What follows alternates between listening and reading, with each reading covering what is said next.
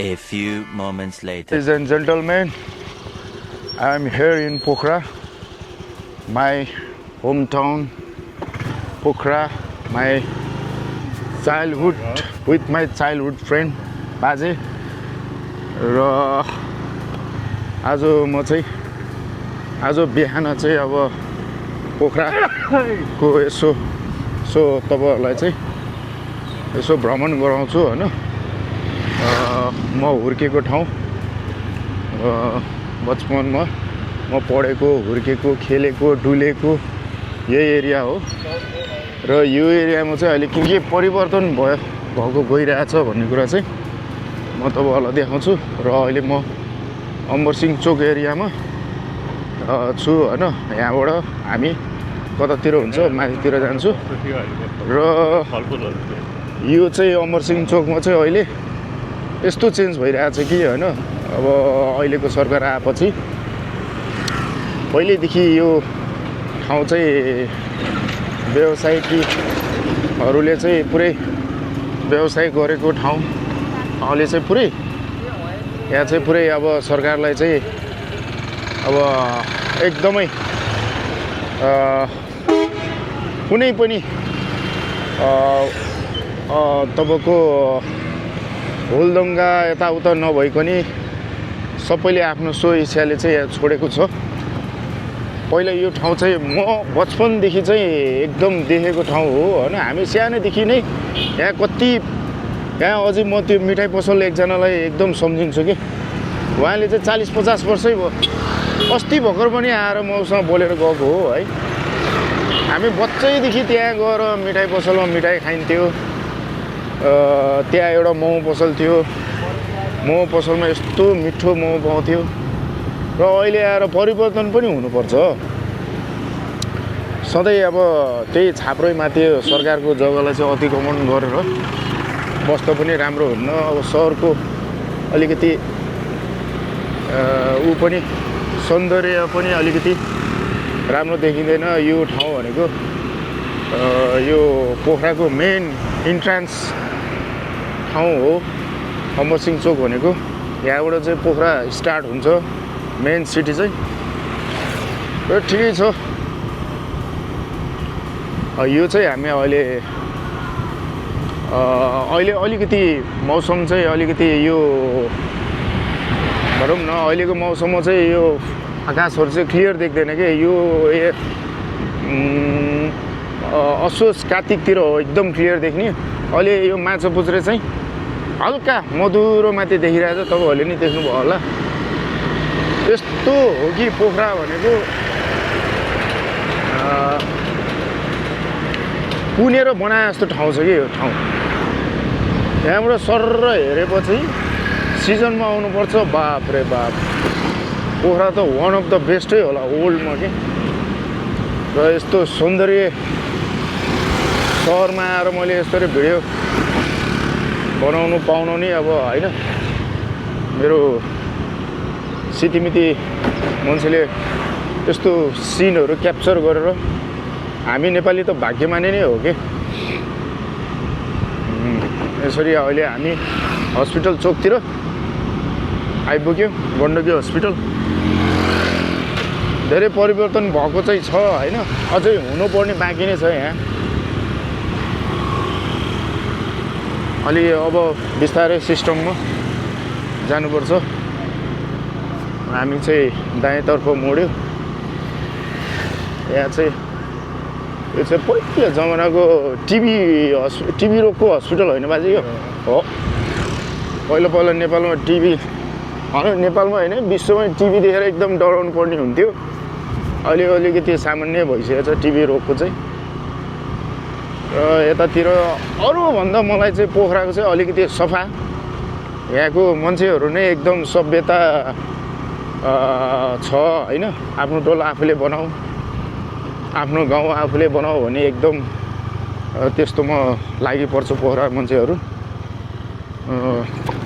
त्यस कारणले यहाँ चाहिँ अब बढी गुरुङहरूको बाहुल्यता भएको ठाउँ हो। अब सबै प्राय लाउरेहरू नै हुन्छ यहाँ, लाउरेको फ्यामिलीहरू। किनभने उहाँहरूले चाहिँ विदेशमा देखिसकेको हुनाले त्यही अनुसारको उनीहरूले चाहिँ आफ्नो टोललाई चाहिँ राम्रो बनाऊ भन्ने सोच बनाएको हुँदा राम्रो भयो होला। काठमाडौँमा चाहिँ विभिन्न ठाउँको मान्छे हुँदाखेरि त्यहाँ अब अलिकति व्यापारिक सबै दौडधुपमै व्यस्त हुन्छ काठमाडौँमा, त्यो कारणले अलिकति हुनलाई चाहिँ गाह्रो भएको हो। तर बिस्तारै हुँदैछ काठमाडौँ पनि। र अहिले आएर हामी शङ्कर राइस मिल म चाहिँ आइपुग्यो।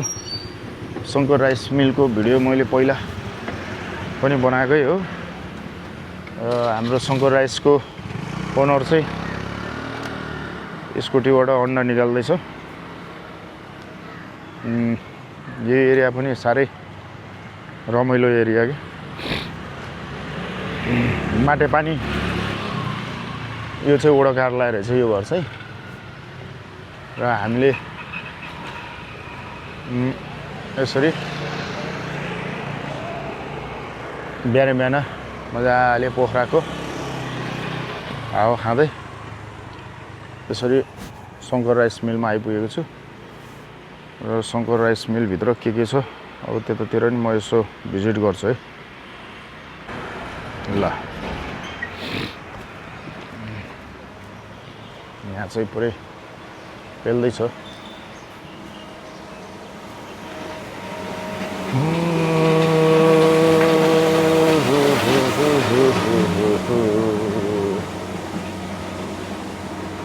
शङ्कर राइस मिल के छ बहिनी, ठिक छ? ल शङ्कर राइस मिल चाहिँ भरिभर चामलले झ्याप्पै छ। ए यो पोखराको ठुलै राइस मिल म पढ्न आउँछ यो शङ्कर राइस मिल। झ्याप्प लाएर ठुलो कारोबार छ यहाँ पनि। भित्र मजाले मेसिनहरू चलिरहेछ। यता हाम्रो साउजीले फेरि पानी पिउन लागिरहेको रहेछ। यो बासमती चामल होइन? यो पनि यहीँ बनाएको हो कि के हो बाजे? यो चाहिँ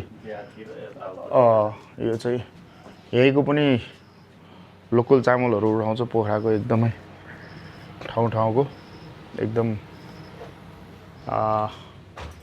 राम्रो राम्रो ठाउँको।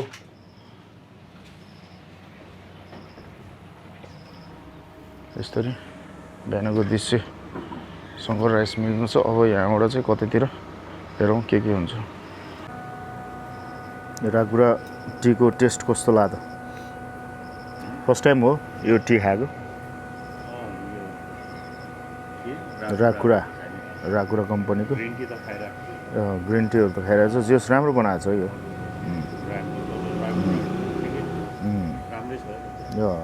फ्लेभरको हो क्या मेन कुरो। खाँदाखेरि चाहिँ अर्को उसको राम्रो हुन्छ कि यो चाहिँ पिच भयो होइन, गुवाबाको एकदम के खाँदाखेरि महँगो बसाउने के।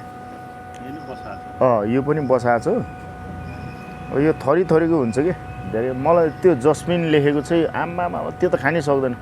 मलाई चाहिँ मन परेन जस्मिनको। र यहाँ हाम्रो मिल ग्रिन टी राम्रो हो। अब आफ्नो अलिकति प्रेसर हाई छ नि त, त्यो हुँदाखेरि राम्रो हो। मेरो त अहिले प्रेसर एकदम कन्ट्रोलमा छ। ग्रिन टीहरू खायो भने त फेरि मलाई चाहिँ अलिकति चक्कर लाग्यो जस्तो हुन्छ। प्रेसर लो भइगयो क्या मेरो। अनि मिल त कति 7 बजेबाटै हो क्या ओपन कि 6 बजेबाट? ए हो है। ग्राहकहरू त बिहानैदेखि आउने रहेछ। यस्तो हुन्छ यो चाहिँ किसान वस्तु चिजहरुसँग चाहिने छ नि त, रिलेटेड छ। त्यही भएर किसानीहरु प्राय जस्तो बिहानै हुन्छ। एकदम कुट्ने पिसानी कुटानीहरु त्यही त नि त्यही है। चिज भन्छ। कृषिजन्य चिज पनि हो र चाहियो नि त। उठेदेखि खानै परिहाल्यो।